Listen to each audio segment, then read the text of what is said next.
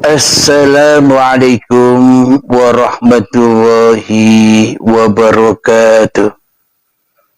Bismillahirrahmanirrahim. Ashhadu an la ilaha illallah wa ashhadu anna Muhammadar Rasulullah. Allahumma salli ala sayyidina Muhammad wa ala ali sayyidina Muhammad. Rabbi shrah li sadri wa yassir li amri wahlul 'uqdatam min lisani yafqahu qawli. Amin. Bismillahirrahmanirrahim. Salam hormatku, salam ta'zimku buat para sahabat-sahabatku tercinta dimanapun Anda berada, baik yang ada di dalam ataupun yang ada di luar negeri. Semoga kita semua senantiasa di dalam lindungan Allah Subhanahu wa Ta'ala. Amin ya rabbal alamin. Sebelum kita awali kajian di subuh yang indah ini, marilah kita kemahkan bersama-sama di dalam nyawa, di dalam jiwa, di dalam hati, di dalam roh, dan di dalam kehidupan ini kalimat-kalimat thayyibah. Subhanallah walhamdulillah wa la ilaha illallah wallahu akbar wala haula wala quwwata illa billahil aliyyil azim.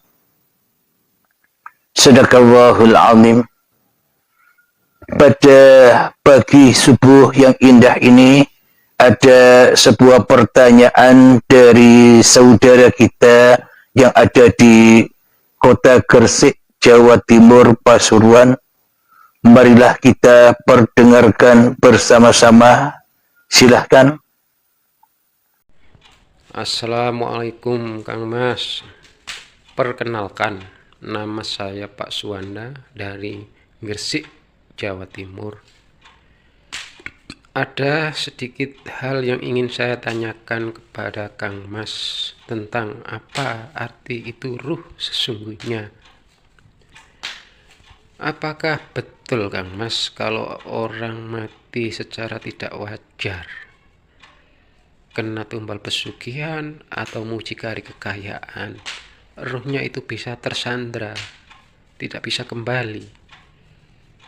Padahal saya sering mendengarkan tausiah Kang Mas bahwa manusia itu dihidupi oleh ruh, dan ruh itu berasal dari dirinya Allah. Jika manusia itu mati, maka ruh itu akan kembali kepada dirinya Allah. Nah, yang saya pertanyakan Kang Mas, apakah ruh itu bisa tersandra atau tidak Kang Mas? Sekian, terima kasih Kang Mas. Assalamualaikum warahmatullahi wabarakatuh. Waalaikumsalam warahmatullahi wabarakatuh. Alhamdulillahirabbil alamin. Apakah yang dikatakan roh itu? Selama ini kita memahami roh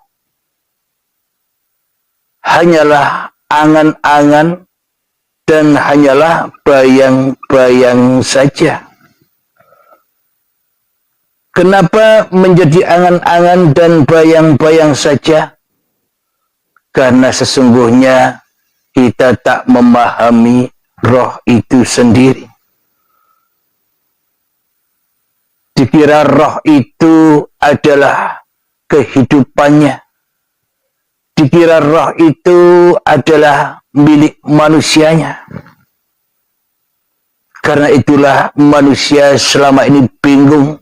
Siapa itu roh? Siapa itu hidup?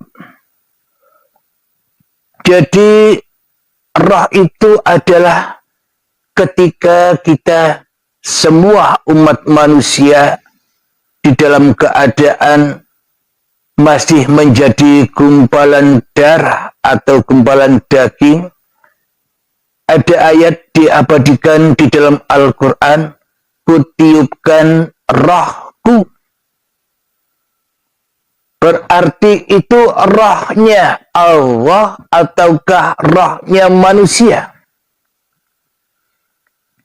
Jadi bila dijelaskan dengan sejelas-jelasnya, kutiupkan hidupku di dalam gumpalan daging ini.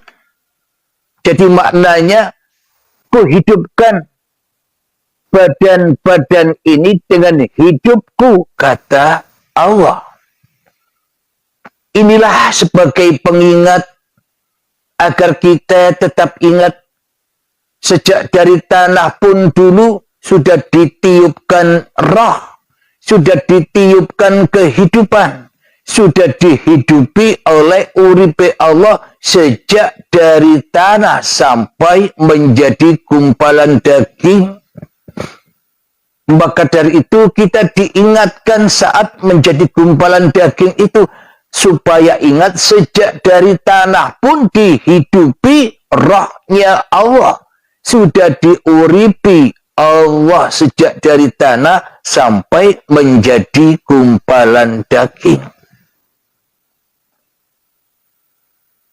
Apa buktinya bahwa sejak dari tanah kita diciptakan sampai menuju tumbuh-tumbuhan hingga menuju hasil dari tumbuh-tumbuhan itu, yakni buah-buahan, sayuran, padi dan sebagainya, hingga menjadi dimakan kedua orang tua kita menjadi sel sperma dan sel telur. Hingga saat ketika kedua orang tua kita bertemu, maka jadilah gumpalan darah dan gumpalan daging. Itulah tanda-tanda bukti kebesaran Allah yang selama ini kita buta, yang selama ini kita gelap. Akhirnya hati kita, akhirnya hidup kita, akhirnya nyawa kita, akhirnya jiwa kita, akhirnya roh kita tersandra menjadi wadal-wadal pesugihan di dunia ini. Karena kita selama ini tidak rela, tidak ridho bahwa yang menghidupi, bahwa apapun yang tergelar di dunia ini hanyalah gelar uripe Allah. Maka dari itu tersandralah, maka dari itu tertawanlah, maka dari itu terbelenggulah roh, dibelenggu dengan dunia dan dibelenggu sebagai wadal-wadalnya dunia, pesugihan dunia. Jiwa kita, hati kita, roh kita, kehidupan kita tersandra menjadi wadal-wadal pesugihan urusan hawa nafsu. Karena roh yang tersesat itu larinya kemana? Kepada hawa nafsu, yakni teraku-akuilah bahwa hidup ini adalah hidupku, bukan hidupnya Allah. Kenapa? Karena telah tersandra menjadi budak-budak hawa nafsu, menjadi budak-budaknya urusan-urusan dunia, menjadi budak-budaknya keinginan-keinginan hawa nafsunya. Itulah yang dimaksud mucikari, atau kita dibelenggu, diperbudak, dibuat sebagai wadal-wadal pesugihan. Pesugihannya hawa nafsu kita sendiri. Jadi saya tidak bercerita yang di luar. Kalau cerita yang di luar ramai. Yang di luar ada roh yang tertahan, ada sosok-sosoknya. Biar Anda tidak bingung, tersesat di luar diri, lebih baik yang kita kaji, yang kita baca di dalam diri, di hati. Karena dasar kehidupan ini adalah di hati. di nyawa, di jiwa, di roh, dan di uripe Allah. Kenapa kami selama ini selalu memaparkan kejadian-kejadian yang di dalam diri daripada kejadian-kejadian yang di luar diri? Perlu kita pahami bersama, kejadian apapun ramainya yang ada di luar diri, bila tak ada uripe Allah yang ada di dalam diri, bila tak ada hidup yang menghidupi jasmaniah ini, bila tak ada film yang menguatkan sebuah proyektor ini, badan inilah proyektornya, hidup ini adalah filmnya. Ketika film dan proyektornya tidak ada, maka tidak akan pernah ada cerita bioskop, maka tak akan pernah ada cerita-cerita yang ada di luar diri yang selama ini kita pilih sebagai Tuhan kita di hati kita. Selama ini kita mempertuhan-tuhankan sosok-sosok yang ada di luar diri kita. Apa rupanya? Cinta, hubbud dunya. Itulah segala belenggu, itulah segala akibat kita selama ini jauh dari Tuhan. Karena kita lebih cinta dunia daripada cinta siapa yang mewujudkan dunia. Kita di dalam hati kita lebih cinta dunia daripada yang mengadakan dunia. Kita di dalam hati kita lebih cinta dunia daripada yang menghasilkan dunia. Siapa dia? Uripe Allah. Kita selalu dan selalu mensosok-sosokkan, memberhalakan, membuat tauhid di hati kita yang selain Allah, yakni urusan-urusan hawa nafsu dan urusan-urusan dunia. Inilah sebagai wadal-wadalnya, sebagai belenggu-belenggu karena kita selama ini membuat pesugihan. Pesugihannya apa? Pesugihan hawa nafsu kita sendiri. Akhirnya tertawanlah hidup kita di dalam iblis dan setan. Tertawanlah kehidupan diri kita kepada apa-apa yang kita cintai. Harta, tahta, jabatan, wanita, apapun itu yang membuat kesenangan hati kita, itulah wadal-wadal pesugihan.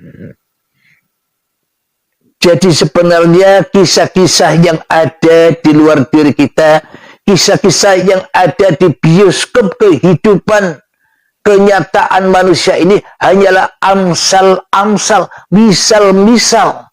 Yakni masih ada mutasabihatnya, ada arti yang sebenar-benarnya bila manusia dikehendaki Tuhannya. Bila manusia mau kembali kepada jalan Tuhannya, akan tahu rahasia-rahasia, amsal-amsal, misal-misal yang ada di luar dirinya. Ia akan berlari masuk ke dalam dirinya guna menyelamatkan diri dari api-api neraka dunia, api-api yang ada di luar diri kita. Jadi di dunia ini penuh dengan amsal-amsal, misal-misal, yakni kiasan-kiasan yang ada di dunia ini. Jadi apa yang dimaksud roh itu? Roh itu adalah cahaya, nurun ala nurin, cahaya di atas cahaya. Selama ini kan kita merasa di atas cahaya kita daripada cahaya Tuhan. Apa sih cahaya itu? Cahaya itu adalah hidup yang telah lama kita akui sebagai hidup kita. Inilah yang dimaksud cahaya itu. bukan cahaya-cahaya yang kita bayang-bayangkan, bukan cahaya-cahaya yang kita angen-angenkan, bukan cahaya yang kita pikir-pikirkan selama ini. Kenapa kita tak bisa menembus cahaya Tuhan? Karena kita tersandra, kehidupan kita tersandra oleh pesugihan, cita-cita tentang babakan dunia yang ada di dalam setiap hati manusia. Karena itulah manusia buta dengan nurnya sendiri. Buta dengan uripe dewe. Buta siapa urip, siapa hidup yang menghidupinya. Karena manusianya tertawan rohnya, tertawan hatinya kepada hantu-hantu dunia, dan dirinya sudah mati di sisi Allah. Kemudian matinya tidak bisa kembali, akhirnya menjadi hantu-hantu yang mana terpikat, nempel kepada urusan-urusan dunia. Itulah arti yang sebenar-benarnya, itulah hakikat kalamullah yang selama ini kita buta untuk mengamsalkan, untuk memahami misal-misal yang ada di bioskop kehidupan manusia ini yang carut-marut ini. Karena kita sendiri tidak mau pulang kepada Allah, akan tetapi kita pulangnya kepada tauhid, berhala-berhala yang ada di luar diri manusia kita selama ini. Apa buktinya bahwa hidup ini adalah cahaya? Bila kita tak hidup, bila Anda tak hidup, maka tak akan pernah bisa melihat wujud-wujud yang diliputi oleh kehidupan ini. Maka wujudnya gunung takkan pernah ada, wujudnya langit takkan pernah ada, wujudnya bumi takkan pernah ada, bahkan wujud diri kita selama ini takkan pernah ada bila tak ada cahaya ilahi, nurun ala nurin. Hidup atau uripe Allah inilah yang dimaksud cahaya ilahi itu. Nur, roh. Jadi roh itu pun juga cahaya kehidupan ini. Jadi kita memandang segala sesuatu yang ada di luar diri kita dengan cahaya roh, dengan cahaya uripe Allah. Bila tak ada cahaya ruhullah, bila tak ada cahaya uripe Allah, maka gelaplah alam semesta ini. Bila alam semesta ini gelap, ada apa kira-kira? Apakah ada pagelaran? Kalau sudah gelap gulita, maka tak akan pernah ada gelar lagi. Yang ramai gelarnya adalah di luar diri manusia, ramai gelarnya, sehingga manusia tertipu, sehingga manusia tertawan, sehingga manusia menjadi budak-budaknya iblis, jadi wadal-wadalnya pesugihan, jadi wadal-wadalnya pesugihan jabatannya, jadi wadal-wadalnya pesugihan pangkat-pangkatnya, jadi wadalnya pesugihan ilmu-ilmunya, jadi tawanan pesugihan amal-amalnya, jadi tawanan pesugihan apapun yang diusahakan yang selain Allah. Kita menjadi budak-budaknya hawa nafsu kita sendiri. Mana mungkin bisa balik kembali kepada Allah? Ya tertawanlah roh, tertawanlah hidup kita di dalam hati kita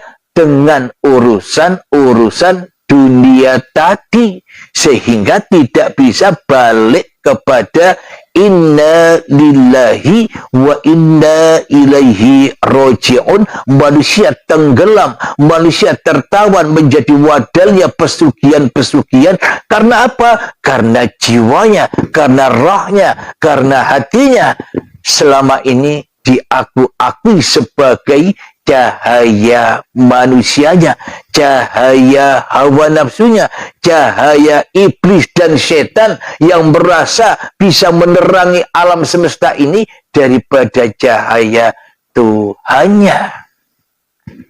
Akhirnya manusia tertawan karena ulahnya sendiri tak bisa pulang. Di dalam kehidupannya saja tak bisa pulang, apalagi di dalam sholatnya. Di dalam kehidupannya saja tak bisa pulang, apalagi ibadah-ibadahnya. Di dalam kehidupannya saja tak bisa pulang, apalagi solawat-solawatannya yang dibangga-banggakan selama ini akan menyelamatkan dirinya. Hidupnya saja tak selamat, bagaimana yang di luar hidupnya? Hawa nafsu itulah yang memegang kendali kehidupan ini, sehingga kita merasa bangga, merasa mulia dengan solat-solat kita, dengan ibadah-ibadah kita, dengan usaha-usaha kita, dengan solawat-solawatan kita, dengan tahajud kita, dengan duha kita, dengan zikiran kita, dengan harta-harta kita, dengan kesugihan, dengan ilmu-ilmu kita, dan sebagainya. Dengan itulah manusia tertawan, terbudak, menjadi budak-budaknya, wadal-wadalnya pesugihan hawa nafsu dewe-dewe, di penjara manusianya di luar dirinya. Jadi tidak bisa masuk ke dalam dirinya. Kenapa? Karena jiwanya telah tertawan sosok hubbud dunia yang ada di luar dirinya. Jadi saya tidak menerangkan babakan luar, karena babakan luar sungguh membuat manusia terimajinasi, sungguh membuat manusia halusinasi, bayang-bayang kewai, kelamaan tidurnya di dalam dunia. Ketiduran, mimpi dunia terus. Maka dari itu diingatkan di dalam adzan subuh barusan, as-salatu khairun minan naum, as-salatu khairun minan naum. Salat itu lebih bagus daripada tidur. Selama ini kita sholat sambil tidur, selama ini kita ibadah sambil tidur, selama ini kita hidup sambil tidur, selama ini kita sholawatan, zikiran, tahajud, duha sambil tidur, selama ini kita bekerja, kita mendapatkan kekayaan sambil tidur. Semuanya hanya mimpi-mimpi yang tak nyata bagi Allah, nyata bagi hawa nafsunya. Kenapa? Karena kenyataan itulah untuk menyeret, menghukum, memenjara, agar hawa nafsu tidak bisa pulang kepada Tuhannya, dipenjara oleh iblis dan setan, dimasukkan neraka dan dibakar bersama selama ini, karena kita mencari pesugihan-pesugihan yang selain Allah. Alhamdulillahirabbil alamin. Sebelum kita melanjutkan, marilah kita coba masuk, menerobos pintu keselamatan, masuk ke dalam diri kita lewat menghening-heningkan cipta, lewat memalam-malamkan hati kita, lewat mentiadakan cahaya kehidupan kita, agar bisa menerobos cahaya ilahi, agar bisa menerobos cahaya nurullah, agar bisa menerobos cahaya ruhullah, agar bisa menerobos cahaya uripe Allah. Jadi kalau kita sudah melewati pintu-pintu yang sangat sulit ditembus itu, yakni saking sangat sulitnya, sehingga diibaratkan menembus itu seperti melewati atau meniti rambut yang dibelah 7 dan tajamnya 1000 pedang, maka tak satu pun manusia bisa masuk pintu itu tanpa melalui pintu baiat, tanpa melalui kehendak Allah. Jadi jangan kira Anda bisa masuk ke dalam diri dengan kehendak Anda. Bila Anda belum mau mati, bila kita belum mau melengsirkan, mengorbankan semua apa yang kita miliki selama ini, ya kita tak akan pernah bisa mati. Bila kita tak bisa mati sebelum mati, maka tertawanlah roh kita tidak bisa pulang, tidak bisa rojiun kepada ruhullah. Kenapa? Karena roh, karena kehidupan ini masih kita akui sebagai milik kita sendiri. Selamanya kita terbakar dengan urusan yang selain Allah. Bismillahirrahmanirrahim. Mengheningkan cipta, mulai, silakan.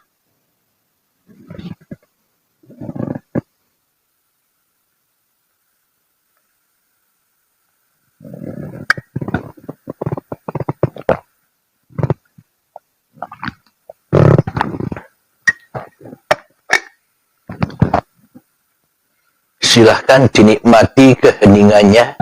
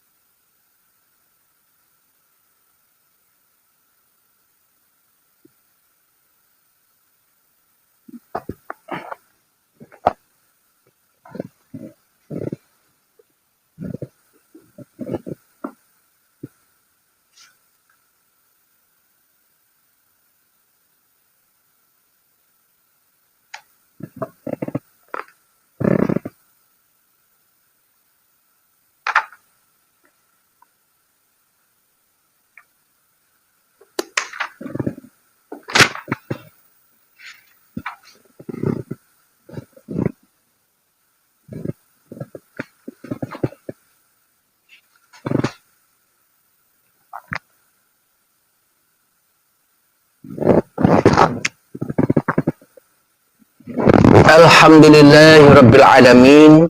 Mengheningkan cipta selesai. Alhamdulillahirrabbilalamin. Jadi pertanyaannya, siapakah atau apakah roh itu? Di dalam surat An-Nur, coba dibuka An-Nur ayat yang ke-39. Mari kita simak bersama-sama.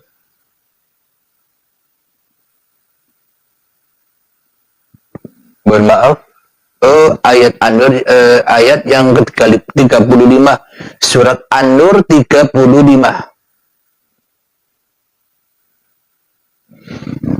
A'udzu billahi minasy syaithanir rajim. Bismillahirrahmanirrahim. Allahu nurus samawati wal ard. Mathalu nurihi kamishkatin fiha misbah. Al-misbahu fi zujajah. الزجاجة كأنها كوكب دري وقد من شجرة مباركة زيتونة لا شرقية ولا غربية يكاد زيتها يضيء ولو لم تمسسه نار نور على نور يهدي الله لنوره من يشاء ويضرب الله الأمثال للناس والله بكل شيء عليم. Yang artinya Allah memberi cahaya kepada langit dan bumi. Perumpamaan cahayanya seperti sebuah lubang yang tidak tembus, yang di dalamnya ada pelita besar.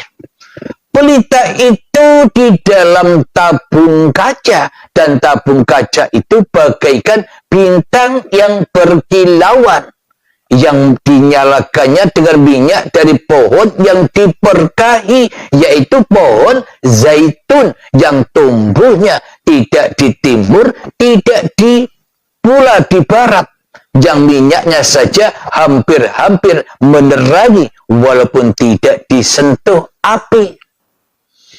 Cahaya di atas cahaya, berlapis-lapis. Allah memberi perumpamaan-perumpamaan bagi manusia, dan Allah Maha mengetahui segala sesuatu.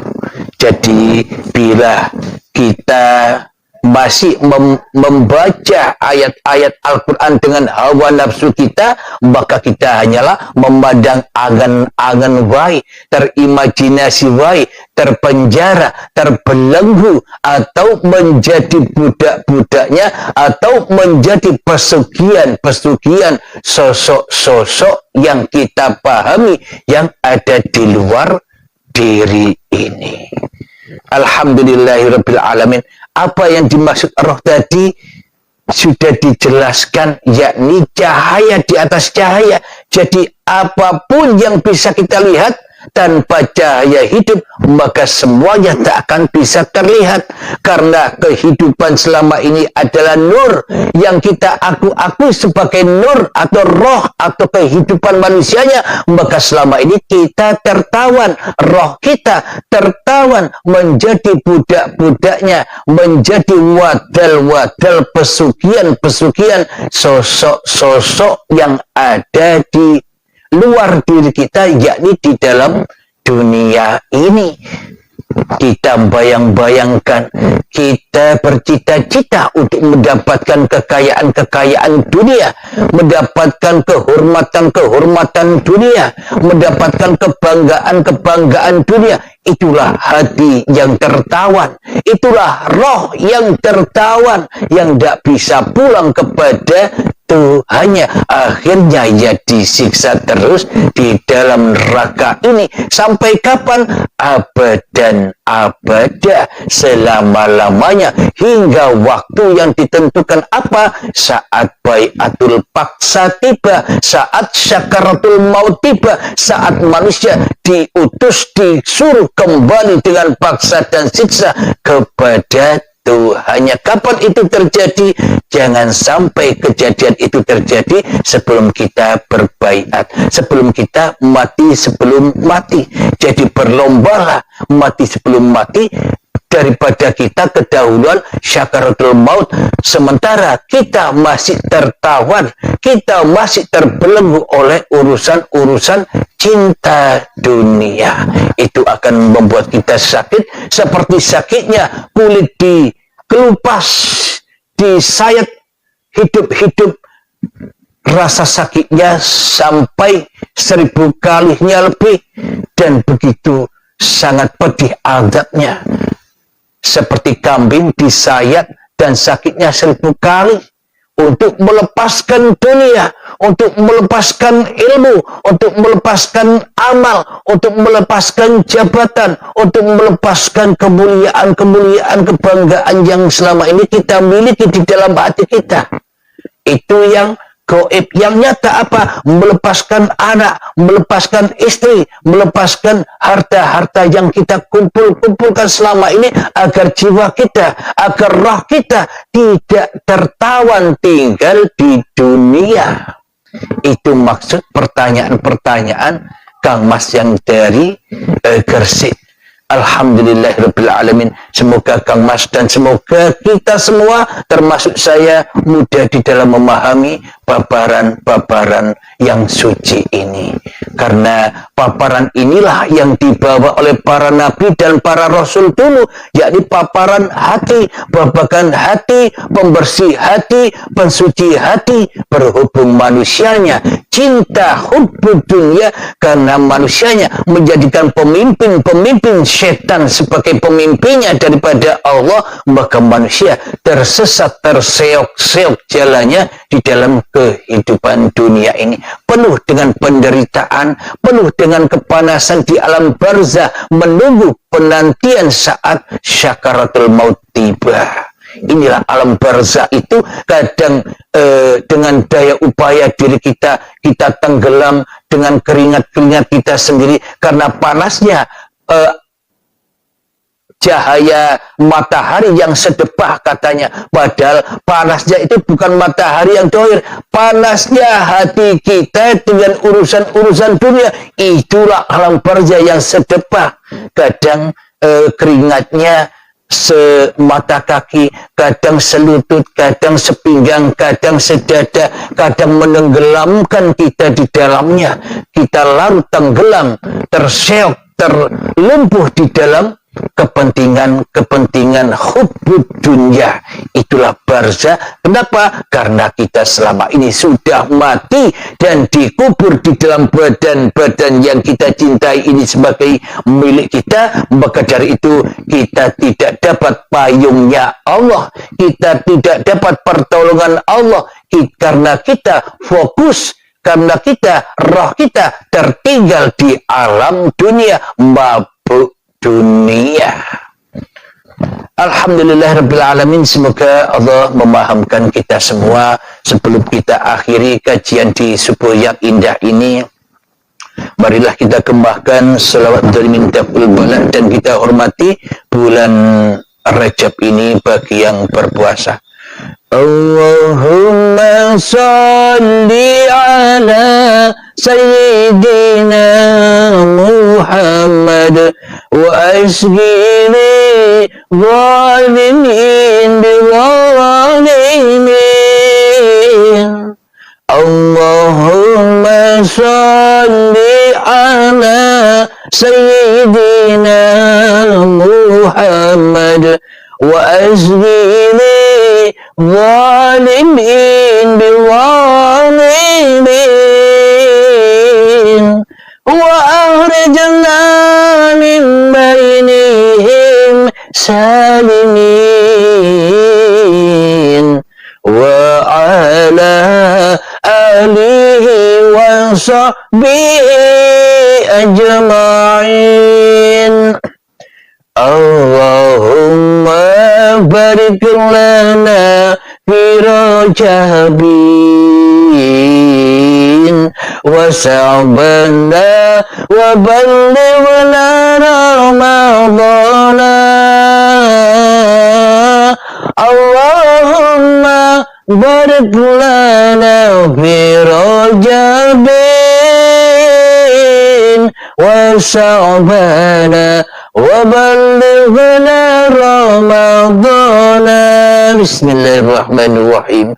Allahumma ya qadiyal hajat, Allahumma ya mujibad da'awat, Allahumma ya rafi'ad darajat, Allahumma ya muhillal muskilat, Allahumma ya syafiyal amrad, Allahumma ya kafiyal muhimmat, Allahumma ya dafi'al baliyat. Allahumma khtim lana bil iman, Allahumma khtim lana bil Islam bijahi sayyidil mursalin. Rabbana atina fid dunya hasanah wa fil akhirati hasanah wa qina adzabannar.